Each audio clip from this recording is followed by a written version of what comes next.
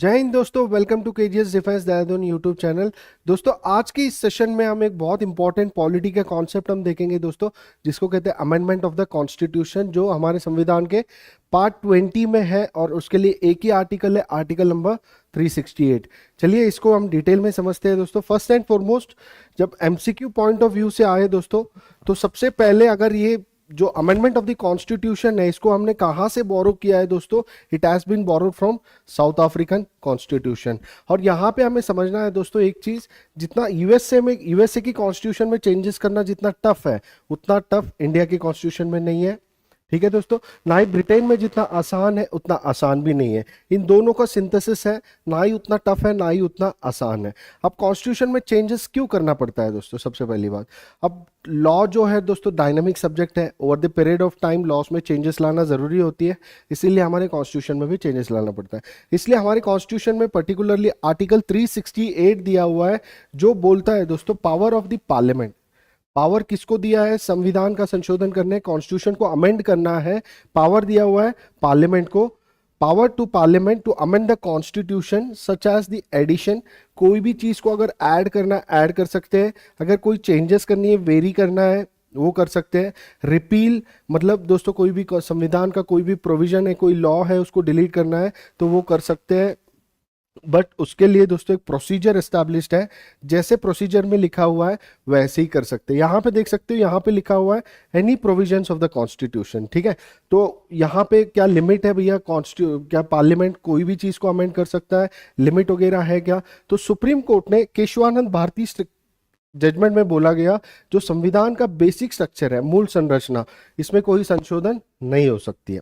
ठीक है, basic structure क्या अलग टॉपिक है। अब हम यहाँ पे अमेंडमेंट ऑफ द कॉन्स्टिट्यूशन पे स्टिक करेंगे। अब इसके लिए जो प्रोसीजर है दोस्तों, प्रोसीजर के बारे में हम चलते हैं। प्रोसीजर क्या है, कैसा है?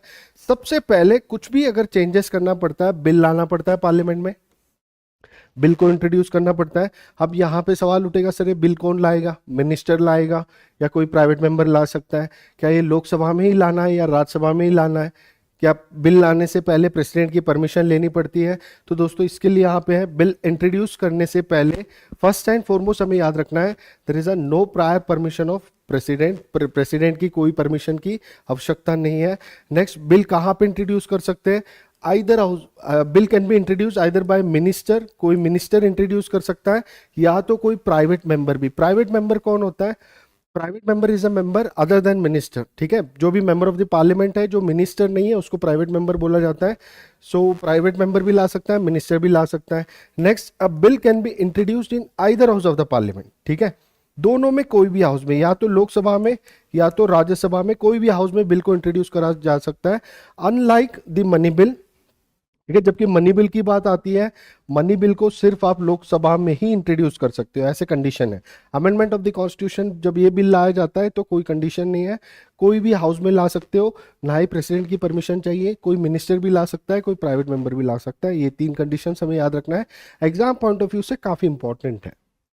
नेक्स्ट, इसके लिए प्रोसीजर क्या है दोस्तों? जब बिल पार्लियामेंट में लेके आएंगे, कोई भी हाउस में, या तो लोकसभा या तो राज्यसभा, यहाँ पे बिल आएगा, यहाँ पे बिल पे डिस्कशन होगी, डिबेट होगा, फिर फाइनली वोटिंग होगी।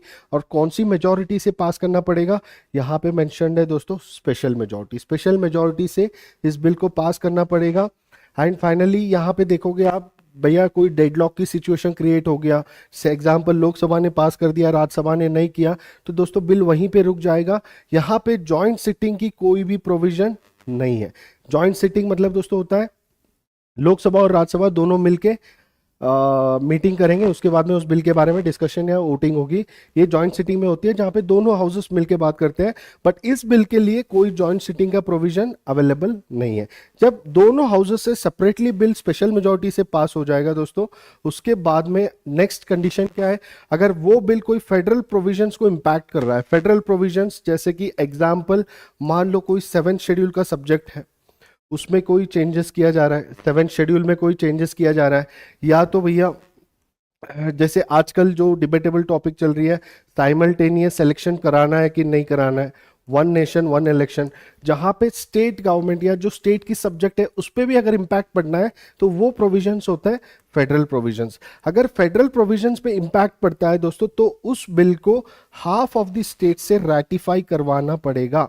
रैटिफाई मतलब क्या होता है, जो स्टेट की जो विधानसभा होती है, स्टेट लेजिस्लेटिव असेंबली होती है, वहां से इस बिल को सिंपल मेजॉरिटी से पास कराना पड़ेगा हाफ ऑफ द स्टेट्स से। इंडिया में आज 28 स्टेट्स है, 28 में से अगर 14 स्टेट्स इस बिल को रैटिफाई करेंगे देन ये आगे जाएगा, नेक्स्ट प्रोसेस में जाएगा दोस्तों किसके पास, प्रेसिडेंट के पास। यहाँ पे एक और चीज आपको ध्यान रखना है, अगर बिल कहीं पर भी रुक गया तो बिल वहीं पे स्टक हो जाएगा, फिर आगे नहीं बढ़ेगा। Each and every process should be carried on.